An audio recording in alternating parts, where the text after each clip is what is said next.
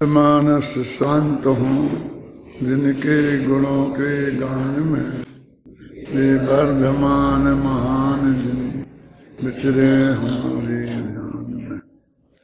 111वीं गाथा की टीका थोड़ी तो हो गई थी, और ये तथाई मैंने कोई विस्तार से समझाते हैं, ये बात चल रही थी। शायद ये भी पूरी हो गई थी क्या? कहाँ तक हुई थी है कुछ पता? एक पंक्ति हुई थी जब द्रव्य की चर्चा चलती है। देखो ये प्यारे तुम्हारे सामने रखे हैं, संस्कृत के भी और हिंदी के भी। ये संस्कृत में 3 तथा ही है, पर ऐसे इसमें 3 इस प्रकार अब स्पष्ट करते हैं। यहाँ है कि जब द्रव्य की चर्चा होती है पर्यायों की नहीं। अब इससे एक पैरा छोड़ के जब पर्यायों की पर्याय ही कही जाती हैं, द्रव्य नहीं, बिल्कुल उल्टी बात है ना।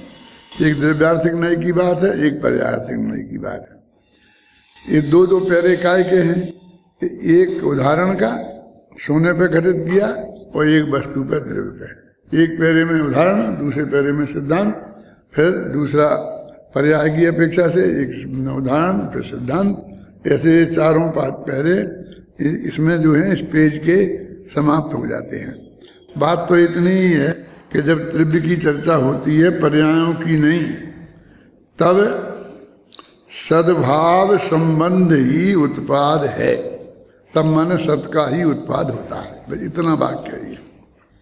निष्कर्ष का जो अपन को निर्णय करना है वो ये है।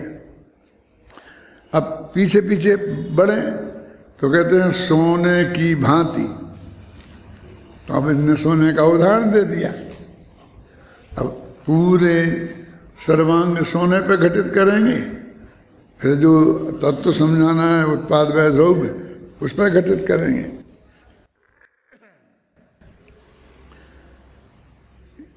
तब जब द्रव्य की चर्चा होती है पर्यायों की नहीं, तब उत्पत्ति विनाश रहित युगपद प्रवर्तमान, यानी द्रव्य जैसा होता उसके विशेषण है ये। द्रव्य उत्पत्ति विनाश से रहित होता है, एक साथ वर्तता है। द्रव्य को उत्पन्न करने वाली अन्वय शक्तियों के द्वारा, अन्वय सो द्रव्य और अन्वय का व्यतिरेक सो पर्याय और गुण। अन्वय का जो विशेषण वो गुण। ये आया था अपना कौन सा 80वीं गाथा में, है ना। तो ये कहते हैं देखो, द्रव्य को उत्पन्न करने वाली अन्वय शक्तियों के द्वारा, अन्वय सो द्रव्य की परिभाषा ही में है। तो वो जो द्रव्यत्व पैदा किसने किया कि अन्वय शक्तियों ने। जैसे कि अनादिकाल से प्रति समय कोई ना कोई पर्याय है। तो अब इसमें 2 बातें हो गई, जरा ध्यान देना। पर्याय में कि 2 टुकड़े करो, एक तो पर्याय और एक वो जो है वो। कभी राग पर्याय है, फिर कभी वीतराग पर्याय है, समझ में। माने अनादि से लेकर अनंत काल तक 2 समय में एक पर्याय नहीं होगी, बिल्कुल अलग अलग में 2 पर्याय होंगी, और एक का विनाश होगा और एक का नाश होगा। और चूंकि वो राग रूप है, फिर वीतरागता रूप हुई, मिथ्यात रूप है, फिर सम्यक्त रूप हुई, तो क्लियर दिखाई देती है। अब उसमें से वो जो पर्यायों का विशेष है वो हटा दो, तो कोई ना कोई पर्याय रहेगी। तो पहले समय की भी वही पर्याय और दूसरे समय में भी वही पर्याय। हालांकि वो अलग होगी, लेकिन उसकी नाम तो पर्याय संज्ञा ही है ना, और उनमें कोई अंतर नहीं है। अंतर जो था वो तो हमने निकाल के बाहर कर दिया। जैसे कोई भी दवाई बनानी है, उसे लिक्विड बनानी है, और वो है ठोस, है ना। तो उसे काय से बनाएंगे लिक्विड के? अधिकांश तो 99% तो पानी से ही बनाते हैं ना। तो वो दवाई में कम डाली, ज़्यादा डाली, मात्रा कम की, ज़्यादा डाली, 3 दवाइयाँ डाली, 2 डाली, 1 डाली, वो उनमें सब में फर्क आएगा। लेकिन वो जिस पानी से लिक्विड बनाई गई है वो पानी तो वही का वही है ना, वही का वही है। माने पानी भी बदल गया है लेकिन उसमें कोई विशेषता नहीं थी। समझ में आ रहा है अंतर? ये अंतर समझ में आएगा तो वस्तु बात समझ में आएगी। एक होता है पर्याय और एक होता है पर्याय का विशेषण। माने कौन सी पर्याय, कैसी पर्याय? कि एक श्रद्धा नाम की का गुण है और उसकी अनादिकाल से लेकर अनंत काल तक एक ना एक पर्याय हमेशा रहेगी। माने वो श्रद्धा गुण पर्याय से कभी खाली नहीं होगा। ये बात सीधी समझ में आई ना? अब ये जो पर्याय से खाली नहीं होगा उसमें हम सम्मा दर्शन मिथ्या दर्शन का भेद नहीं करो। श्रद्धा गुण में तो 2 ही भेद होते हैं, चारित्र गुण को पकड़ेंगे तो उसमें बहुत भेद हो जाएंगे, क्योंकि 25 कक्षाएं हैं, अलग अलग गुणस्थानों में अलग अलग समय में उनका अलग अलग कम होती हैं, ज़्यादा होती हैं, है ना। तो उनका जो मिश्रण होता है वो सब मिलकर के बिल्कुल अलग अलग अलग अलग होती हैं। तो वो जो अभी हम देखें कि वो जो पर्यायों का व्यतिरेक है, माने अलग अलग होना है, वो पर्याय का लक्षण है। और वो जो पर्यायों में अन्वय है कि है वो द्रव्य का लक्षण है। अब क्या तो रहे पर्याय, तो वो सारे पर्याय मिलके द्रव्य बन गई तो क्या अटपटा लगता है? वो पर्याय मिलके पर्याय ही बनेगी ना, बड़ी पर्याय बन जाएगी। लेकिन जब वो जैसे कि 60-70 वर्ष की बनी तो उसे मनुष्य पर्याय कहेंगे, सागरों की बनी तो हम उसे देव पर्याय कहेंगे। ख्याल में है ना? ये पर्याय कहते ना। अब वो तो अनादि अनंत है, उसमें कोई फर्क ही नहीं पड़ रहा, बस है। जब हम कहते हैं कि द्रव्य कभी पर्याय से खाली नहीं होगा, प्रति समय कोई एक ना एक पर्याय उसमें रहेगी, तो उस वक्त हम उस निरपेक्ष पर्याय को पकड़ें तो उसको फिर पर्याय नहीं कहते हैं, उसको द्रव्य कहते हैं।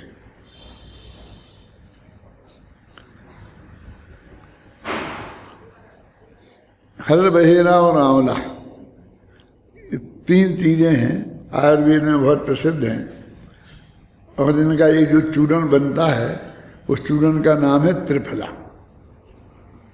मैंने 3 फल, हर बहेरा और आंवला, इनको मिलाकर जो चूर्ण बनाया जाता है उसे त्रिफला चूर्ण कहते हैं। वो कितने प्रकार का हो सकता है? 7 प्रकार का। क्यों? एक द्विसंगी, एक कितना, एक त्रिसंगी और 3 द्विसंगी और 3 एक का। समझ में आ गया? हर अलग, बहेरा अलग, आंवला अलग, 3 हो गए। हर और बहेरा मिलाया, बहेरा और आंवला मिलाया, आंवला और हल मिलाई तो 3 ये हो गए 6, और एक तीनों को मिला दिया तो 7 हो गए। लेकिन वो अनंत भी हो सकते हैं। कल से परसों बता रहे थे अनंत भंगी नहीं होती है, 7 भंगी होती, सप्त भंगी होती है, और लेकिन अनंत भंगी नहीं होती, अनंत भंगियां होती हैं। अनंत सप्त भंगियां होती हैं, सप्त लगा उसमें, आप समझिए ना। तो अब वो हमने कहा कितना, अभी क्या किया था जब मिलाया था ना हर बहेरा आंवला, तो तीनों को समभाव में मिलाया था, उतना ही 1 तोला आंवला, 1 तोला बहेरा, 1 तोला हल। अब इसमें मात्रा भेद करो तो आनंद बन जाएंगे। अब एक त्रिफला चूर्ण है तो हम पहले उदाहरण दिया करते थे, एक त्रिफला चूर्ण से वैद्य जी सबका इलाज करते थे, हर बात का इलाज। तो लोगों को आश्चर्य होता है, कैसी बात करते हो? मैंने वो बेवकूफ़ बनाता था दुनिया को, फिर त्रिफला दे देता। नहीं, वो तो अनुपात में भेद करता था ना। जो जैसी बीमारी है आपको जितनी हर, उससे दूना बहेरा, उससे दूना आंवला। किसी को संभाग, किसी को ऐसा, किसी को कहते हैं नहीं, जितना हर उससे चौगना बहेरा और उससे चौगना आंवला। माने अब वो कितने आंवले बन जाएंगे चूरन। तो जिसको जैसी कोष्ठबद्धता होगी, कोष्ठबद्धता समझते हो? कब्जियत, कब्जियत नहीं जानते क्या? अंग्रेजी में क्या बोलते हैं इसे? कॉन्स्टिपेशन होगा, तो उसी हिसाब से वो चूरन देगा। तो एक त्रिफला चूरन से 50 तरह की बीमारियों का इलाज हो सकता है ना। फिर उसमें घी के साथ मिलाओ, घी में साथ मल के दो तो अलग काम करेगा। फिर उसमें मलाई के साथ खाओ, पानी के साथ खाओ, अनुपान भेद जिसे बोलते हैं। त्रिफला तो वो ही है। तो कोई आदमी ने ऐसे कहा कि नहीं साहब, हमारे ये तकलीफ हो गई कि शत्रु ने हम पर आक्रमण कर दिया है और हमने किले के दरवाजे बंद कर लिए हैं, अब हमारी शक्ति कमजोर पड़ रही है। तो कि वैद्य जी को बुलाओ, उनके पास त्रिफला है और वो सब चीज का इलाज करते हैं। तो इसका इलाज भी वे ही करेंगे। क्या हमारी थोड़ी सी सेना है और हम अब हमारे हथियार समाप्त हो गए हैं, अंदर भोजन भी समाप्त हो रहा है, अब हम ज़्यादा दिन तक उनका सामना नहीं कर सकेंगे। तो वैद्य जी को बुलाया गया तो उन्होंने कहा कोई बात नहीं है, सब सैनिकों को एक एक तोला चूरन शाम को दे दो। क्या त्रिफला चूरन दे दो तो जीत जाएंगे अपन। कैसे, क्या समझ में आया? तो मूर्ख जैसी बात लगती है ना। तो हुआ क्या कि सामने वाला देख रहा था कि भाई अभी कितनी शक्ति इनके पास बची है, इनके पास कितने सैनिक हैं, इनके पास क्या साधन हैं। इसके लिए जासूसी करके और ऊपर से ये देख रहे थे यहाँ वहाँ से। तो जब त्रिफला चूरन उनको दे दिया तो एक एक आदमी 4-4 दफे लेटरिन गया। और वो गिन रहे, लेटरिन जंगल में जाते थे ना, तो वे दूर से गिन रहे थे कि कितने लोग सुबह उठते ही लेटरिन जाते, सब जाते ही हैं, तो संख्या मालूम पड़ जाएगी सैनिकों की। क्या तो एक के जब 4-4 दफे गया तो गिनने में चौंकने आ गए। तो उसने कहा कि यहाँ तो बहुत सेना है, अभी अपने बस की नहीं है, लौट चलो।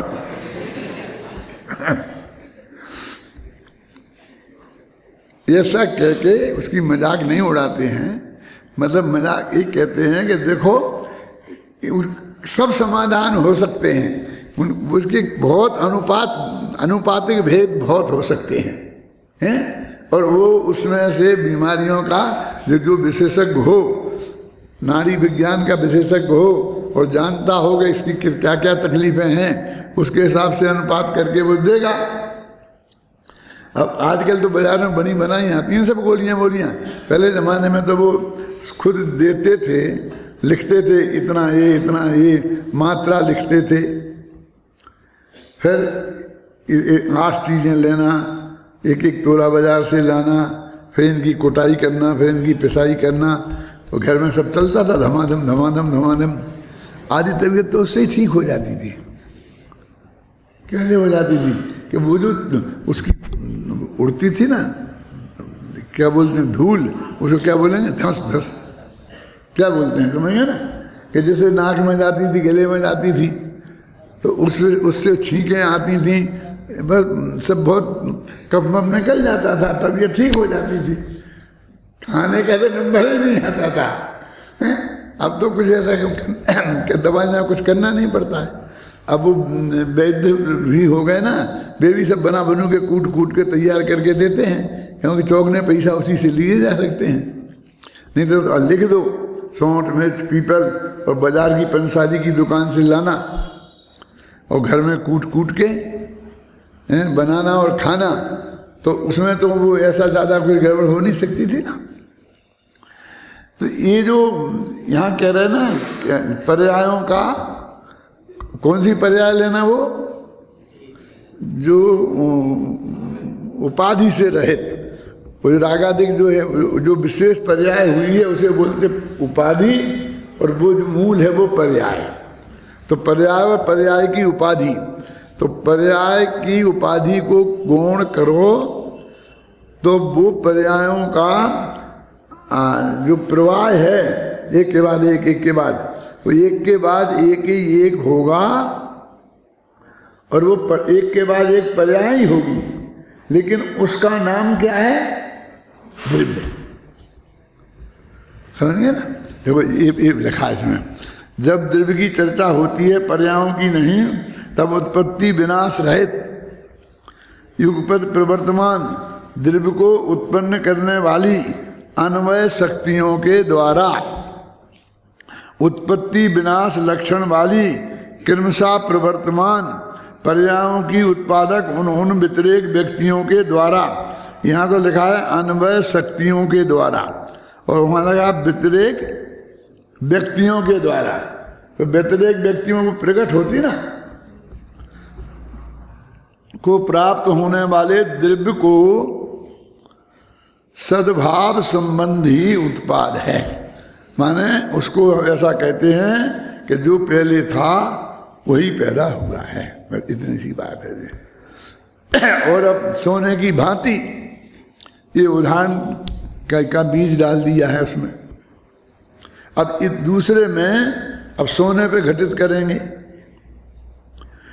वह इस प्रकार है कि जब सोने की चर्चा होती है, ऊपर द्रव्य की चर्चा थी ना, अब सोने की चर्चा, तो सोने को द्रव्य बनाया ना, अपनी चर्चा पीछे चली आ रही है, तो सोना द्रव्य और सफेदी गुण और कुंडलादि पर्याय।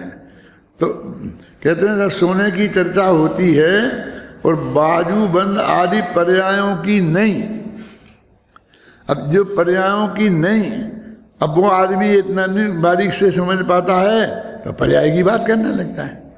जब द्रव्य की अपेक्षा बात करनी है तो बाजूबंद कुंडल क्यों ला रहे तुम? बाजू आदि पर्यायों की नहीं, तब सोने के समान जीवित, ये शब्द देखो, सोना जीवित है। जीवित माने क्या? जिंदा है। जिंदा माने क्या? माने उपस्थित, निरंतर उसकी मौजूदगी, उसको जीवित कहते हैं। वैन श्री के बोलों में एक वाक्य आता है, त्रिकाली तो भगवान आत्मा ऊभो छे, जाग तो जीव ऊभो छे। तो ऊभो छे माने सामने कोई खड़ा है क्या? मतलब एक है भगवान आत्मा निरंतर जागृत है, उससे काम करो, मतलब तुम्हारा काम उससे हो जाएगा। मैं तुम उसमें अपनापन करो, बस तुम्हारी दृष्टि निर्मल हो जाएगी, समय दर्शन हो जाएगा। सोने के समान जीवित, अब ये विशेषण है, युगपद प्रवर्तमान, सोने की उत्पादक अन्वय शक्तियों द्वारा, ये विशेषण सब ऊपर द्रव्य के बारे में बताए थे ना, वो सब इस उदाहरण के बारे में बताए हैं, बिल्कुल रिपीटिशन है। बाजूबंद आदि पर्यायों के समान जीवित, मैंने कोष्टक में लिख दिया ना उपस्थित, जीवित माने उपस्थित, क्रमशः प्रवर्तमान बाजूबंद आदि पर्यायों की उत्पादक उन व्यतिरेक व्यक्तियों के द्वारा, व्यतिरेकों को व्यक्ति का प्रकट होने वाले सोने के का सद्भाव संबंधी उत्पाद होता है। माने वो सोना पहले था और उसका बाजूबंद बना है। अब ये उदाहरण हो गया ना। अब ये द्रव्य की बात हो गई। दुनिया में पहले उदाहरण होता है, फिर सिद्धांत होता ना। तो अपन ये खोजते हैं कि ऊपर देना चाहिए था सोने की बात और नीचे देना चाहिए था वस्तु की, इसमें उनने उल्टा किया। पहले सिद्धांत पे समझा दिया पूरा, और फिर अंत में लिख के सोने की भांति, और फिर उदाहरण पे घटाया उसी को, है ना। अधिकांश जगह ऐसा मिलेगा, है ना। अब जब पर्यायें ही कही जाती हैं, द्रव्य नहीं, अब एक कहे जाने में ही आपको सारी चतुराई लगानी है ना, क्योंकि वस्तु तो जैसी है वैसी है ना, वे पर्यायें गौण होती हैं ना द्रव्य गौण होता है। वस्तु में तो दोनों अपनी सत्ता से पूरी तरह से उपस्थित हैं। अब हमें जानने में यदि नए लगा के जानना है तो उसमें भी गुण मुख्य होता है, और प्रमाण से जानना है तो उसमें मुख्य गुण नहीं होगा। लेकिन भाषा में तो मुख्य गुण होता ही है। जब पर्यायें ही कही जाती हैं, माने उन्हें मुख्य किया जाता है, द्रव्य को नहीं, तब उत्पत्ति विनाश है लक्षण किसका? पर्याय का। उत्पन्न होना नष्ट होना, उत्पन्न होना नष्ट होना, ये पर्याय का लक्षण है। और क्रमशः प्रवर्तमान, जब वो उत्पत्ति विनाश होगा तो एक नष्ट होगी और एक उत्पन्न होगी, एक नष्ट होगी एक उत्पन्न होगी। तो कौन नष्ट होगी और कौन उत्पन्न होगी? कि भाई क्रमशः होंगी। और अभी तो हम कह सकते भाई कोई एक होगी, लेकिन इसके आगे की बात वो क्रमबद्ध पर्याय में आती है कि कौन होगी और किसके बाद कौन होगी, वो भी बिल्कुल नक्की है। हमको वो अटपटा लग सकता है, लेकिन मैं आपसे पूछता हूँ कि अपन जब माँ के पेट में आए और जिस दिन फर्स्ट डे से और अभी तक जहाँ तक पहुँच गए, तो एक के बाद एक ही पर्याय हुई है कि इसके बाद यह है, ये भी नक्की था। मैं तुम में भी जो हुआ है, जो भी परिवर्तन हुआ है, वहाँ से जो तुम यहाँ तक आए हो, वो सिर्फ ऐसा ही नहीं कि एक के बाद एक आई है कि कोई भी एक आ जाओ। अभी आप लोगों को प्रार्थना के लिए खड़ी करना हो, स्कूल में करते हैं ना, 1000 विद्यार्थी हैं और मान लो 10 क्लासें हैं, तो वो कहते एक एक क्लास खड़े हो जाओ। तो एक तो हम व्यवस्था बनाने के लिए कि पहली क्लास, दूसरी क्लास, तीसरी क्लास ऐसे खड़े कर देते ना। मतलब तुम्हारे 5 हैं तो उपाध्याय, कनिष्ठ उपाध्याय, वरिष्ठ ऐसे खड़े किए। तो एक तो वो क्रम हो गया कि भाई हमारा इसी क्रम से है ना, उपाध्याय, कनिष्ठ, वरिष्ठ, फिर शास्त्री, प्रथम, द्वितीय, तो इसी क्रम से खड़े हो जाओ। अब ऐसे खड़े होंगे 30-35 विद्यार्थी जितने भी होंगे, तो पहले कौन खड़ा हो, बाद में कौन खड़ा हो, तो समस्या खड़ी होती कि नहीं होती? अब यहाँ ऐसा तो चल नहीं सकता है कि जिसके नंबर ज़्यादा आए हों वो आगे खड़ा हो, जिसके नंबर कम आए हों, क्योंकि वो नंबर कौन देखेगा, और उससे हमारी व्यवस्था बन के कोई सौंदर्य तो आएगा नहीं। तो हम कहते सबसे छोटा सबसे आगे, फिर उससे बड़ा, फिर उससे बड़ा, ऐसे क्रम से पूरे खड़े हो जाओ। ये भी व्यवस्था बन जाएंगी, लेकिन वैसी नहीं बनेगी। लेकिन यदि आपका हरेक का नंबर ही हो, आपने नंबर दे दिया है और वो ही देख के दिया है क्या कि ये सबसे छोटा है, इसलिए 1 नंबर, फिर 2 नंबर, तो वो अपने आप नंबर से 1 सेकंड में खड़े हो जाएंगे, व्यवस्थित हो जाएंगे ना। तो ये तो व्यवस्था बनती है ना, तो ऐसा वस्तु के स्वरूप में हो तो और बढ़िया व्यवस्था बनेगी ना। किसके बाद कौन का, नहीं तो वो उतना काम अपने माथे रह जाएगा ना। कि आप सब लड़कों को व्यवस्थित बैठाल दो, तो अब व्यवस्थित बैठालने के लिए यदि व्यवस्था पहले से ही कायम है कि आगे बैठेंगे उपाध्याय, जो भी आगे समझ लो वरिष्ठ कर से जो तुम क्या बोलते हो, इस हिसाब से बैठेंगे, और वो इसके बाद कौन कहाँ बैठेगा बिल्कुल निशान नक्की कर देते हैं। तो फिर वो अपने आप 1 सेकंड में व्यवस्था हो जाती है, नहीं तो करते हो। तो वस्तु के स्वरूप में वो व्यवस्था है। और विचित्र बात तो ऐसी है कि प्रत्येक की बिल्कुल अलग अलग है। क्या कह रहा हूं मैं? अलग अलग परमात्मा, ये कह रहा हूं कभी जो मैंने मनुष्य की बात कही थी, तो मनुष्य में तो सबकी एक सी ही है। हम भी माँ के पेट में आए थे तो वैसे ही आए थे, फिर 1 दिन के हुए, 2 दिन के हुए, 3 दिन के, ऐसे तुम भी आए, और ऐसे ही बढ़ते बढ़ते वो भाई 20-22 वर्ष में हो रहे, तुम्हारी मूछें आई उतने ही में हमारी मूछें आई। मेरे कहने का मतलब एक व्यवस्थित सबका एक सा क्रम है। हो सकता है सबका एक सा क्रम ना हो और फिर भी पूरी तरह व्यवस्थित हो, तो एक एक का होना ये अद्भुत बात है। महिमावंत बात क्या समझ रहे हैं ना, ये तो हमने एक को जान के सबको जान लिया कि एक आदमी की उम्र ऐसे ऐसे बढ़ती है। ये गाय को, कुत्ते को, बिल्ली को अपन सब जानते हैं कि नहीं जानते हैं? एक किसी बढ़कर कब कितना हो जाएगा, कब किसी पोजीशन में आ जाएगा, ऐसा अपन जानते हैं।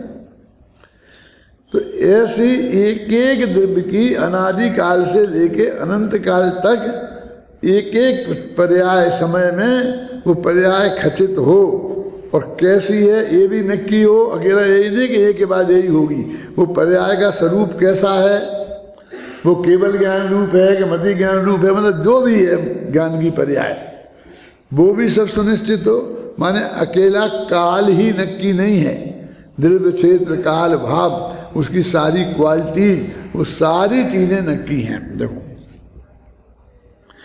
तो जब इस प्रकार सोने की चर्चा चलती है, बाजूबंद आदि पर्यायों की नहीं, तब सोने के समान जीवित युगपद प्रवर्तमान सोने की उत्पादक अन्वय शक्तियों के द्वारा बाजूबंद आदि पर्यायों के समान जीवित क्रमशः प्रवर्तमान बाजूबंद आदि शक्तियों की उत्पादक उन व्यक्तियों, प्रत्येक व्यक्तियों के प्राप्त होने वाले सोने का सद्भाव संबंध ही उत्पाद है। सद्भाव माने वो है, था और वही उत्पन्न हुआ है। देखो, इसके लिए क्या करना कि पहला पैरा है, वही दूसरा, दोनों 4 लाइन के पैरे हैं। अब तुम पहला पैरा तो देखना, दूसरे पैरे पर हम ऐसा कागज लगा देते हैं और बोलना दूसरा। क्या समझ में नहीं आया? प्रश्न नहीं आया समझ में?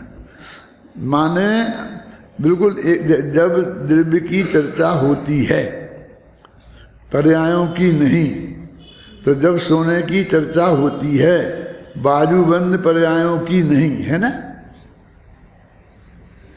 तो आप इस पे हम कागज लगा दें ऐसा और इसे बताएं, और अब वो कहें नीचे की 4 पंक्तियां बोलो, तो कठिन काम है क्या? बोल नहीं सकते। यदि वो सिस्टम जो है इसमें वो आपकी समझ में आ जाए तो बोल सकते हैं ना, बहुत आसानी से, और प्रैक्टिस करें तो और ज़्यादा आसानी से बोल सकते हैं। तो यदि आपने ऊपर का देखकर और नीचे का पढ़ दिया तो आपकी समझ में पूरी तरह वो बात आ गई, इतना सिद्ध हो जाएगा। समय सार में ऐसी कई गाथाएं आती हैं ना, ऐसी 21 गाथाएं बनाना, तो क्या बदल के एक मुंह में पद बदल करके, तो 5 इंद्रियों के नाम फिर बता दिए उन्होंने, इसके नाम कथाओं के नाम ऐसे ऐसे बदल करके 16 गाथाएं बनाना। अब वो सिस्टम मालूम हो जाए तो फटाफट 16 गाथाएं बन जाती हैं कि नहीं बन जाती हैं? उन्हें कहा क्रोध आदि 16 कथाएं लेना और फिर ये 5 इंद्रियां लेना, तो 21 गाथाएं हो जाएंगी। अब बस उसमें तो क्या है कि जो मोह हम दू जणता दान स्वभावादि यम मुरदी आदम, तो बस जो मोह हम दू जणता, जो को हम दू जणता, जो मानम तू जणता, जो माया तू जणता, जो लोभम तू जणता, जो हास्यम तू जणता, बोलते बनाते जाओ। जो उसमें बताइए 15-20, तुम और 50 बना सकते हो। वो सिस्टम ख्याल में आ गया ना। मैंने समय सार अनुशीलन में ही वो गाथाएं बना कर बताई हैं, क्योंकि वैसे कहते बना लेना तो कोई बनाता नहीं है, और फिर उसको ख्याल पूरी में आती नहीं सबको, तो वे गाथाएं बना के बताई कि और भी बना लेना। जितने उनने नाम दिए थे वो तो बनाई ही, और इनके अलावा और भी बना लेना, तो 2-4 और ऐसी बना के बताएं। तो वो क्या है, हमारे को समझ होनी चाहिए ना इन कसायों के आधार पर हमको 16 गाथाएं बनाने के लिए बोला है। और 4 प्रकार का अनंतानुबंधी आदि क्रोध, 4 प्रकार का मान, 4 प्रकार की माया, 4 प्रकार का लोभ, तो हम ऐसा ऐसा बनाएंगे तो बनती जाएंगी। अथवा 4 क्रोध मान माया लोभ, 9 हास्यादिक, जो भी उनने बताई वो सिस्टम, यानी मेरे कहने का मतलब आत्मिक ख्याति की कठिनता वो एकदम सरलता में बदल जाती है, क्योंकि वो एक कोमा फुल स्टॉप में अंतर नहीं डालते हैं। हमको दिक्कत उस वक्त आती है कि जब हर चीज बदल जाती है, एक सिस्टम से नहीं आती है क्या, तब उसका एक एक गाथा पे याद रखना, ये करना बहुत कठिन है। जब एक सिस्टम से कोई चीज आती है तो हम सिस्टम समझ जाएं तो फिर बनाना बहुत कोई कठिन बात नहीं है, बस खत्म। जब पर्यायें कही जाती हैं द्रव्य नहीं, तब उत्पत्ति विनाश लक्षण क्रमशः प्रवर्तमान पर्यायों को उत्पन्न करने वाली उन व्यतिरेक पर्यायों के द्वारा उत्पत्ति विनाश रहित युगपद प्रवर्तमान, ये पर्यायों के द्वारा कह दिया, पर्याय की बात खत्म। अब द्रव्य की बात, उत्पत्ति विनाश रहित युगपद प्रवर्तमान द्रव्य की उत्पादक अन्वय शक्तियों को प्राप्त होने वाले द्रव्य को सोने की भांति असद्भाव संबंधी उत्पाद है। देखो ऊपर 2 में सद्भाव था ना, अब ये असद्भाव आ गया, अब ऐसा चौथा पैरा है, ये भी असद्भाव वाला है। पढ़ें कि छोड़ दें? चलो पढ़ लेते हैं। वह इस प्रकार है कि जब बाजूबंद आदि पर्यायें कही जाती हैं सोना नहीं, तब बाजूबंद आदि पर्यायों के समान जीवित क्रमशः प्रवर्तमान बाजूबंद आदि पर्यायों की उत्पादक उन व्यतिरेक व्यक्तियों के द्वारा सोने के समान जीवित युगपद प्रवर्तमान सोने की उत्पादक अन्वय शक्तियों को प्राप्त होने से असद्भाव युक्त उत्पाद है। मैं ऐसा क्यों करता हूँ? क्योंकि जिसकी समझ में ये आया होगा सिस्टम, उसको तो बिल्कुल याद हो जाएगा,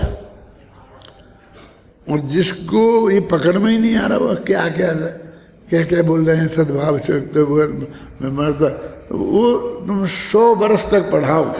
जैसे अपना वो कहना नहीं चाहता, वो क्या कह रहे किसकी पूंछ है, वो कितनी पुंगी में डालो कितने दिन तक तो ये सीधी नहीं निकलती है क्या? ऐसा यदि इसका सिस्टम ख्याल में नहीं आएगा तो ऐसा रटना तो बहुत कठिन है, और रट भी लोगे तो उससे कोई फायदा नहीं है, है?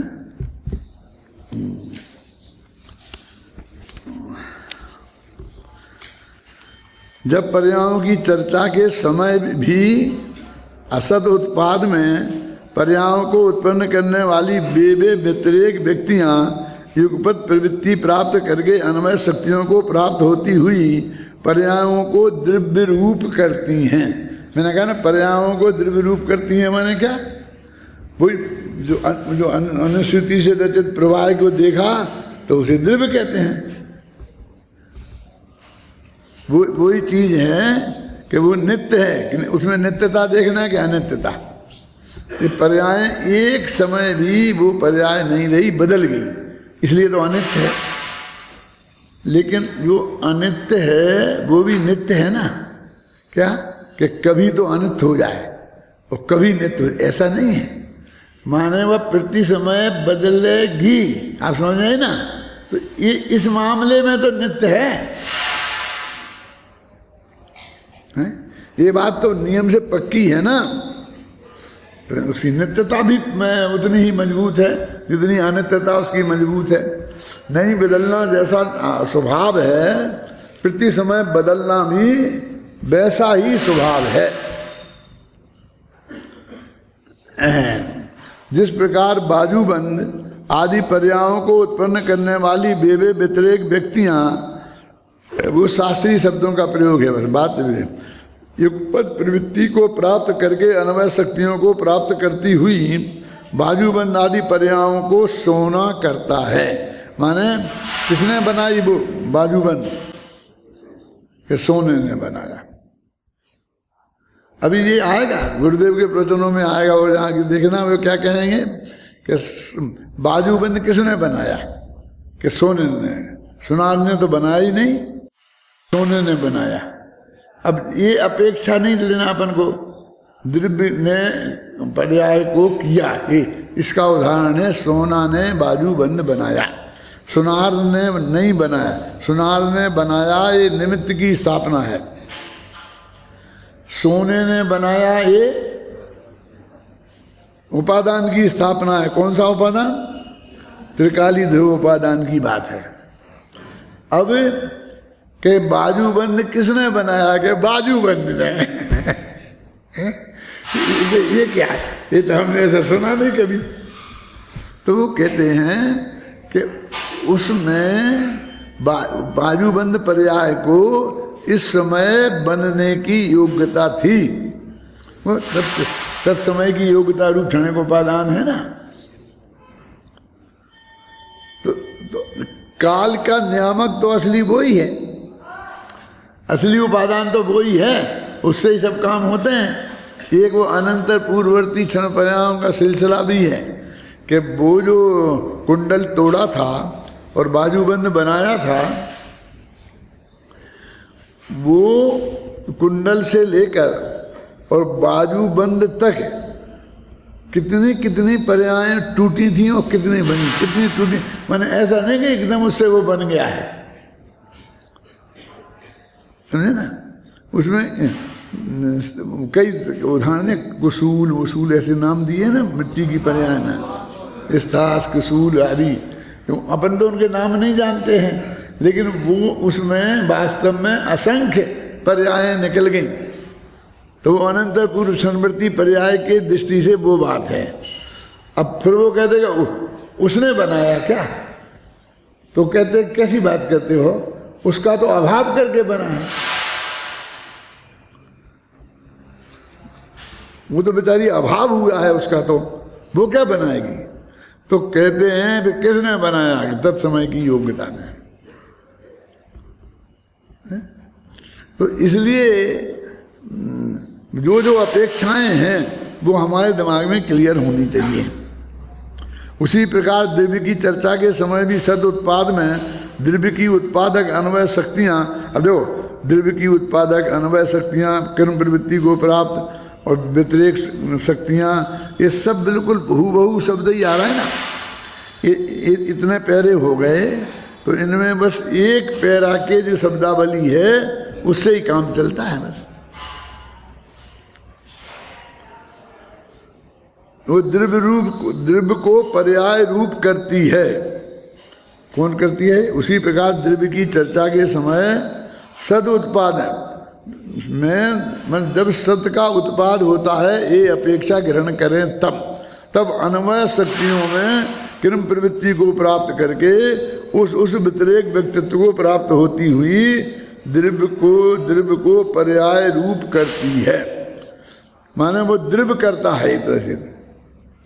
जिस प्रकार सोने की उत्पादक अन्वय शक्तियाँ कर्म प्रवृत्ति को प्राप्त करके उस व्यतिरेक व्यक्तित्व को प्राप्त होती हुई सोने को बाजूबंद पर्याय रूप करती हैं, उसी प्रकार द्रव्य के संदर्भ में भी समझना चाहिए। बस ये निष्कर्ष की पंक्तियां हैं। इसलिए द्रव्यार्थिक नय से के कथन से सत उत्पाद है और पर्यार्थिक नय कथन से असद उत्पाद है, यह बात निर्दोष है। बस मैं कई दिनों से ये बात कह रहा हूँ कि जितनी व्यायाम ये पूरी समझ में नहीं आती हो तो उनका काम इससे चलता है। नए तो लगा ही सकते हैं ना। ये क्या है, नए लगा दो, चाहे किसी अपेक्षा कह दो, बताया था ना कल परसों, चाहे वो अपेक्षा बता दो, चाहे स्याद लगा दो, चाहे कथनचित लगा दो, लेकिन वो लगाने के साथ उसको जब हम खोलें तो ये जो चार लाइनें हैं ये हमसे बन जानी चाहिए, तब उन सब का सही अर्थ हमारी समझ में आया। नहीं तो उतने से काम चलता है क्या कि द्रव्यार्थिक में से ऐसा है, पर्यार्थिक में से ऐसा है, हैं? उसी को बस खोलते हैं विस्तार से, तो इस तरह से बनता है।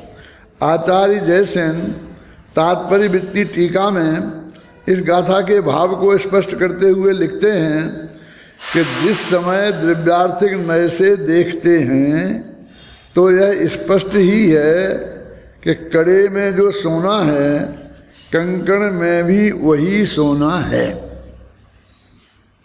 अब अपन को ऐसा लगेगा ये कड़ा है, ये कंकण है, अब कह रहे कि जो कंकण में सोना है वही कड़े में है।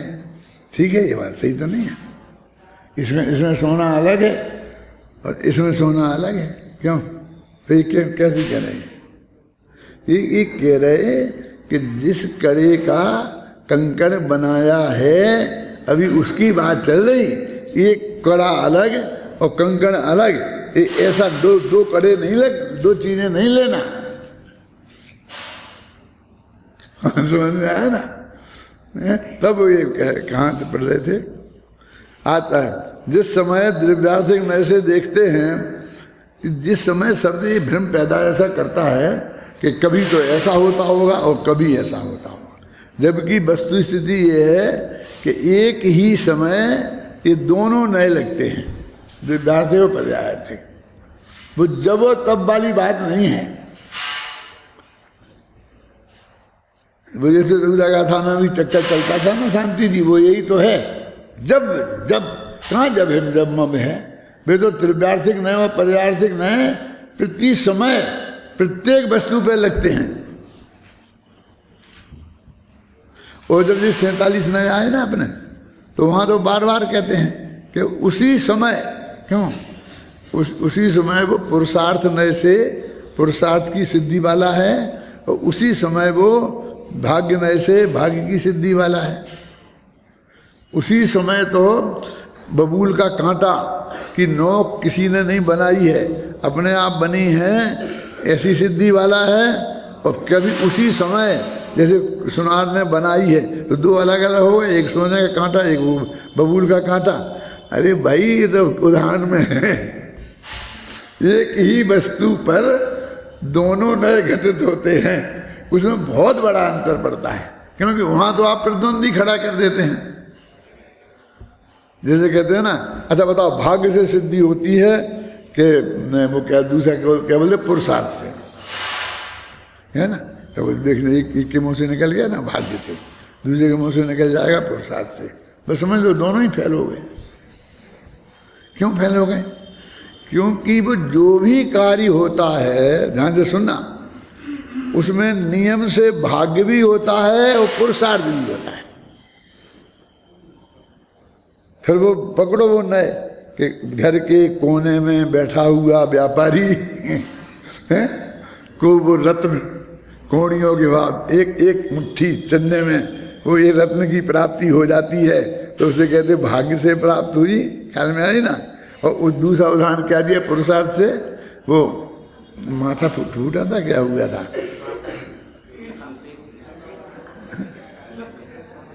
जो भी समझ लो उदाहरण दिया होगा। तो वो कहते हैं कि वो प्रत्येक कार्य में दोनों नए एक साथ लगते हैं। उस टाइप की भी योग्यता है और उस टाइप की भी योग्यता है, वस्तु में वो बात है। ये वस्तु समझ में आनी चाहिए। माता मारो इसमें परमात्मा कैसा इसमें है क्या, हम तो मान ली, ऐसी तो मान ली, सबने मान ली।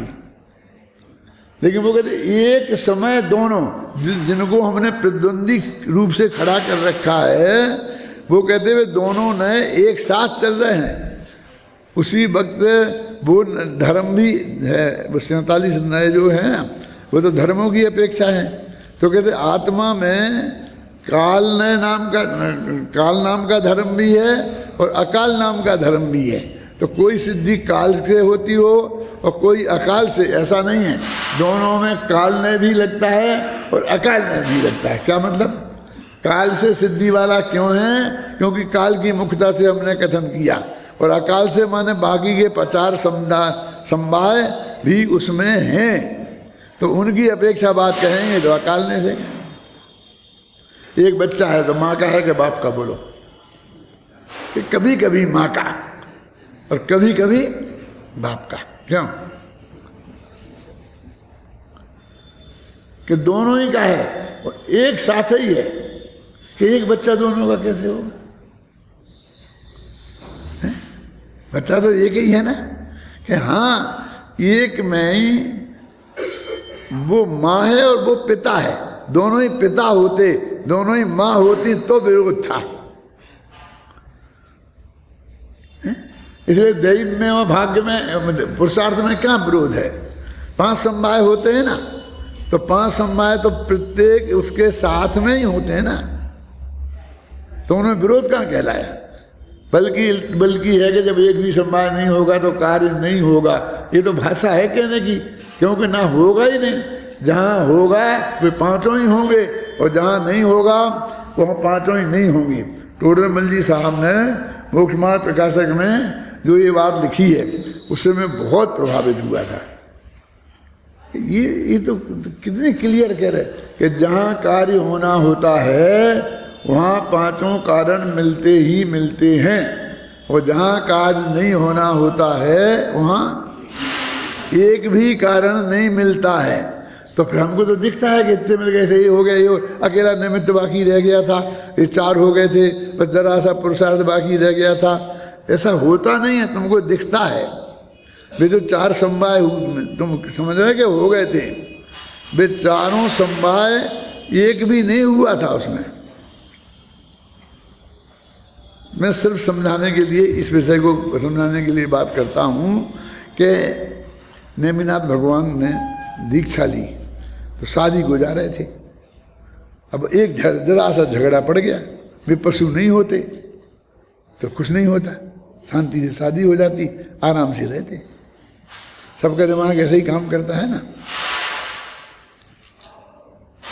मेरी उदाहरण के लिए बता रहा हूँ, वो तो अभी ताजी दिमाग में रहती है तो वो उदाहरण आ जाता है। जब कभी कभी भरत चक्रवर्ती एक चलते रहते हैं, मतलब सिद्धांत समझो तुम तो हैं।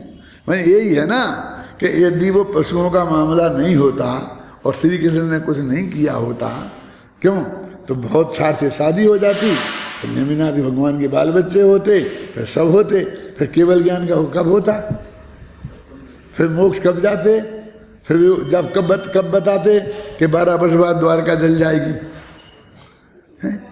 हो सकता है वो बता ही नहीं पाते, वो द्वारका जल जाती, वो वे ही जल जाते उसमें। अरे घर में होते तो जल ही जाते ना।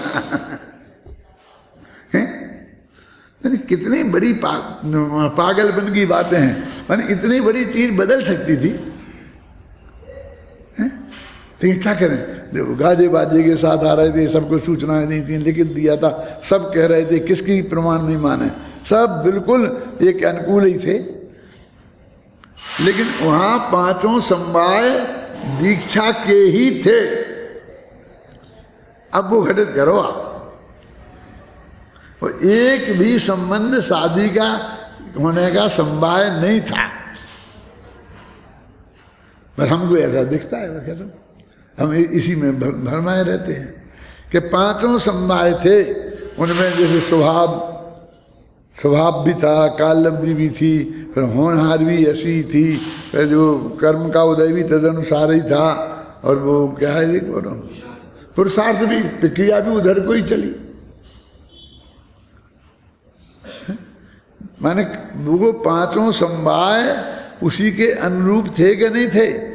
यदि हम कहें कि नहीं ऐसा नहीं होता तो क्या होता, बस खत्म, आराम से घर पे आ जाते, शादी हो जाती। अरे कितना कितना फर्क पड़ जाता, क्यों, कितने लोग दीक्षित हो गए, उन्हें केवल ज्ञान हो गया, फिर उन्होंने बताया तो सब रुक्मणी भी हो गई, ये भी हो गई, ये भी हो गई हैं। क्या तुम 56 दिन के लिए ही उन्हें घर में रोकना चाहते थे? राजुल की शादी हो जाती तो बहुत अच्छा रहता, लेकिन 56 दिन कोई होती क्यों? पहले कहेंगे 56 दिन को कर लो, तो राजुल भी पसंद करती, राजुल का बाप भी पसंद करता, कौन पसंद करता बताओ? उस 56 दिन से ज्यादा क्यों? 56 दिन में तो केवल ज्ञान होना था। जैसे भरत चक्रवर्ती को केवल ज्ञान होने का काल आया तो अंतर में हुए पहले दीक्षा ली, क्यों? ऐसे वे डटे रहते बहुत से बहुत घर में, तो भी 56 दिन के बाद तो उन्हें लेनी ही पड़ती। तब और मुश्किल होती क्योंकि फेरे पड़ गए इतने दिनों और राग पूर्वक रह लेते घर में, तो फिर ज़्यादा तकलीफ होती ना राजन को कि कम होती।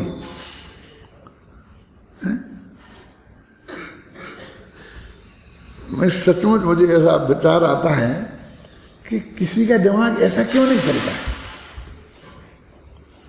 है? बहुत बुरा हुआ, ये हुआ, वो हुआ, ये हुआ, ये हुआ, क्या हुआ? वास्तव में जो होना था वही हुआ और अच्छा हुआ।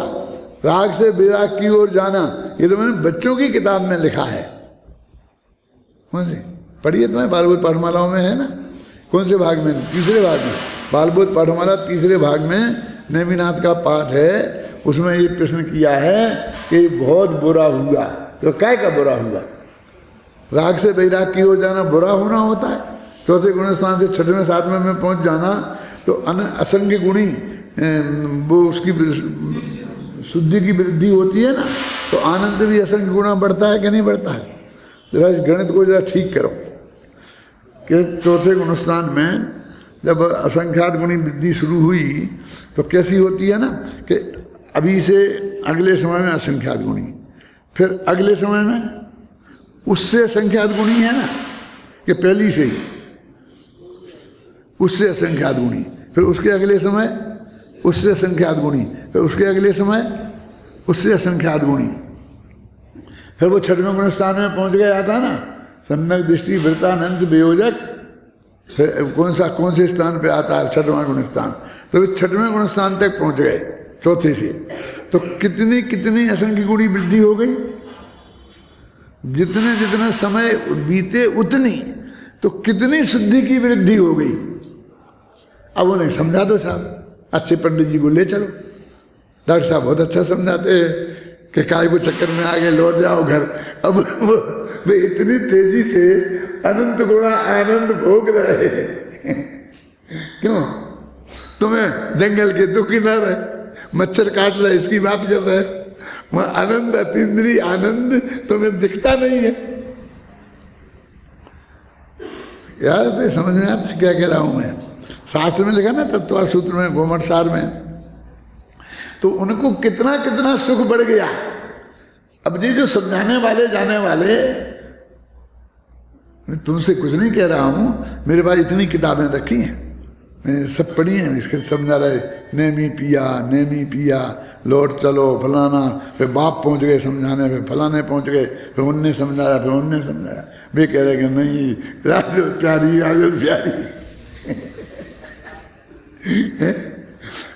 पूरे राधा कृष्ण खड़े कर दिए। ये तो मैंने अशोक नगर में था जब परमात्मा पैदा नहीं हुआ होगा तब की बात बता रहा हूँ समझे ना। तो वहाँ पर दिल्ली की एक पार्टी आई थी अनाथालय की, तो कुछ लड़कों को साथ में लाते थे, चंदा करने आते थे। वही चंद्रमौली शास्त्री थे, वो आते थे, और साथ में एक पंडित आता था जो तत्व की बात व्याख्यान देता था, और चंद्रमौली शास्त्री ये नाटक कराते थे। तो वो नाटक उनने कराया था यही राजुल नेमी का। तो वो ऐसा खड़ा कर दिया, राजुल नेमी पिया और राजुल प्यारी राधा कृष्ण से भी गजब का था। मैंने देखा तो मेरे तो पैरों के नीचे जमीन खिसक गई, क्योंकि मैं इसके 14 अध्याय लिख चुका था, तो मेरा इतना गहरा चिंतन था इसके बारे में हैं। तो मैंने उनसे जाके कहा कि चंद्रमौली शास्त्री से, कितनी वर्ष पुरानी बात है ये बताएं, 60 की बात होगी हैं। तो मैंने उनसे कहा कि किसी शास्त्र में ऐसा आता है कि जहाँ पर राजुल का और नमी का संवाद हुआ हो? हमें क्या पता, तुम्हें पता नहीं, तुम करा रहे ना है? मैं घबराओ, मैं तुम्हारा विरोध नहीं कर रहा हूँ, मेरी समस्या तो खुद है। मैं लिख रहा हूँ तो मैं कैसा लिखूँ, मैं तो अपनी बात जानने के लिए तुमसे पूछ रहा हूँ। तुम्हें पता हो तो बता दो, नहीं तो नहीं। घबराओ नहीं, मैं किसी को कुछ नहीं कहने वाला हूँ। मैं तो सिर्फ ये जानना चाहता हूँ कि भाई ऐसी बातचीत हुई थी क्या है? अब अपन सब, तुम लोग सब पंडित हो गए, इतनी मोटी मोटी बातें जानते हो ये किसी को, मुनि को ये समझाना कि तू घर चल और आराम से रहना, ये समझाने वाला कितना बड़ा, मैं क्या कहूँ, कितना बड़ा बेवकूफ है। आप निर्णय कर सकते हो? आपको आधा, आप उन सबको बेवकूफ कह रहे, बताओ मुझे कि वो ये समझाए उन्हें और वे समझे हैं, तर्क दे रहे हैं कि मच्छर काटेंगे, ये समझाएं, सांप बिच्छू आ जाएंगे, वो काट लेंगे, ऐसा हो जाएगा, ऐसा हो जाएगा, बहुत बरसात आएगी, जेठ के महीना में बहुत गर्मी पड़ेगी, हैं, तो उस तरफ तुम्हारा आत्मा फात्मा एक तरफ रखा रह जाएगा, हैं? ये कैसी बातें करे, पागलपन जैसी बातें।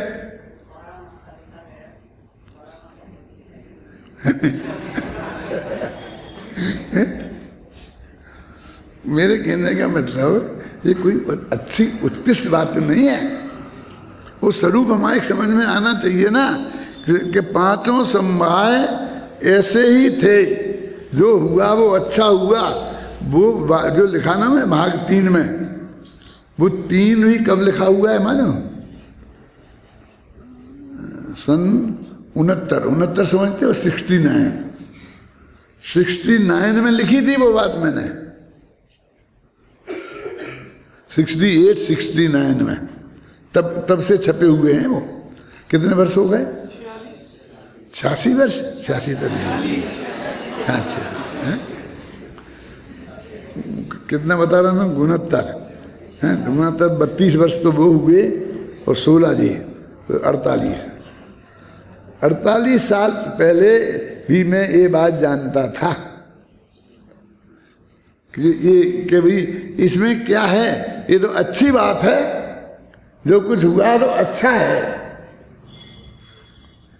लेकिन ये उस वक्त भी, और मेरे उस वक्त तो पढ़े तो होंगे ही, सब देखे ही होंगे, तो अभी भी मैंने यहाँ इकट्ठे किए लोगों से कर करके, बुला करके, तो यहाँ पर मेरे पास रखे। और मैं जब भी मेरे को फिर थोड़ा सा विकल्प आता है तो फिर पढ़ता हूँ, उसे देखता हूँ, कुछ मिलता ही नहीं है। ऐसा नहीं मिलता है कि जिसमें पैसे कुछ लिखा जाए, वो तो बहुत दूर की बात है कि जिसमें धन्यवाद देने का भाव आए। धन्यवाद देने का भाव ये समझ में नहीं आता है कि वस्तु की स्थिति क्या है। जैसे निपट गए ना, जिस समय द्रव्यार्थक नए से देखते हैं, यही है ना, तो यह स्पष्ट ही है कि कड़े में जो सोना है, कंकण में भी वही सोना है। इस कारण सत का उत्पाद कहा जाता है, मानो उसी से बना है। और जब पर्यायार्थक नए से देखते हैं तो कंकण पर्याय में जो अभी उत्पन्न हुई है वह पहले नहीं थी, इसलिए यह असत का उत्पाद है।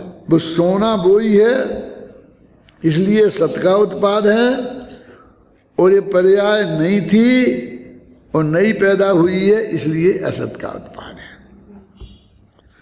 इसी बात को स्पष्ट करने के लिए वे ग्रह त्याग और मुनि दीक्षा का भी उदाहरण देते हैं। ग्रह का त्याग किया, मुनि दीक्षा ली, वो वैसे ही आ गया ना, ये राजुल जैसा ही केस। इस प्रकार यह स्पष्ट हुआ कि पर्याय दृष्टि से देखने पर असत का उत्पाद हुआ है और द्रव्य दृष्टि से देखने पर सत का उत्पाद हुआ है। अब वो ऐसा लगता है कि परस्पर विरुद्ध कथन कर रहे हैं, सत का भी उत्पाद और असत का भी उत्पाद। अब बात बहुत स्पष्ट है, माने द्रव्य की अपेक्षा, माने सोना की अपेक्षा, जो देखें तो सोना था, सोना कोई नया नहीं बनाया है। ऐसा उदाहरण देता था मैं पहले कि एक माँ गई और उसने जाके सुनार के कहा कि बेटा मुझे एक हार बनवाना है, 10 तोले का बहुत बढ़िया हार बनवाना है, तो कितने पैसा लगेंगे? तो उसने कहा 450 रुपया। फिर लीजिए 450 रुपया, बना देना एक हार। और अपने घर चली गई। कब देगा कोई तारीख नक्की हो गई तो उस तारीख को देगा। सोना नहीं दिया। अब उस दिन इंतजार कर दी कि नहीं आया सुनार लेकर के हार, तो उसके यहाँ पहुंची, भैया मेरा हार नहीं पहुंचा। कि कौन सा हार, कैसा हार? मैं तो पैसा दे गई थी ना, तूने जितने मांगे थे उतने। कि सोना तो नहीं दिया था। कि तूने कब कहा था ये? तूने तो कहा था सोने के मैं के हार बनवाना है, तूने 450 रुपये कीमत बताई, मैंने दे दी पूरी। अब तुम हार दे। अरे वो तो सोना हो तो अकेली बनवाई का है, तो वो तो पर्यार्थिक नहीं की बात है। पर्यार्थिक नहीं तो अकेली बनवाई का नाम है। द्रव्यार्थिक नहीं तो मूल सोने की बात होनी चाहिए ना। तो वो तो है ही वास्तव में। तो लेकिन वो सुनार ने क्यों नहीं बताया? उसे स्पष्ट बोलना चाहिए था। अरे भैया पर्यार्थिक नहीं से इसी को स्पष्ट कहते हैं। सुनार तो सिर्फ बनवाई बताएगा, वो ये सोच ही नहीं सकता क्या कि भाई मेरे को ये करना, मैंने सोना नहीं देना है, ऐसे बता। तो सुनार बनवाई ही बता। पर्यार्थिक नहीं तो सिर्फ जो पर्याय नहीं है और हुई बस, इसलिए असत का उत्पाद कहेगा। लेकिन अब द्रव्यार्थिक नहीं कहेगा तो क्या हुआ? आकार बदल गया है, क्या फर्क पड़ता है? आकार बदला, उसकी दृष्टि में कुछ नहीं बदला। यदि उसकी दिव्य दृष्टि है और उसकी प्रमुखता है तो उसे कुछ बदला हुआ दिखाई नहीं देता है। अब गाथा कौन सी आएगी? 112 और 13 एक साथ हैं, इनकी चर्चा अपन कल करेंगे। क्या है इसमें? 111वीं गाथा में सत का उत्पाद असत उत्पाद में कोई विरोध नहीं है, यह सिद्ध किया गया। अब 112 और 113वीं गाथा में सद उत्पाद को अनन्यत्व के द्वारा और असत उत्पाद को अन्यत्व के द्वारा निश्चित करते हैं। क्या समझ में आया बोलो? असद उत्पाद होगा तो वे एक हैं, यही है ना। सत का उत्पाद होगा तो वे एक है और असत का उत्पाद होगा तो वो अलग अलग। मैंने उस जो बाजूबंद का कुंडल बना है, तो कुंडल और बाजूबंद सोना देखेंगे ना, तो वो ही होगा ना सत का उत्पाद है, तो दोनों एक ही दिखेंगे, सोना दिखेगा।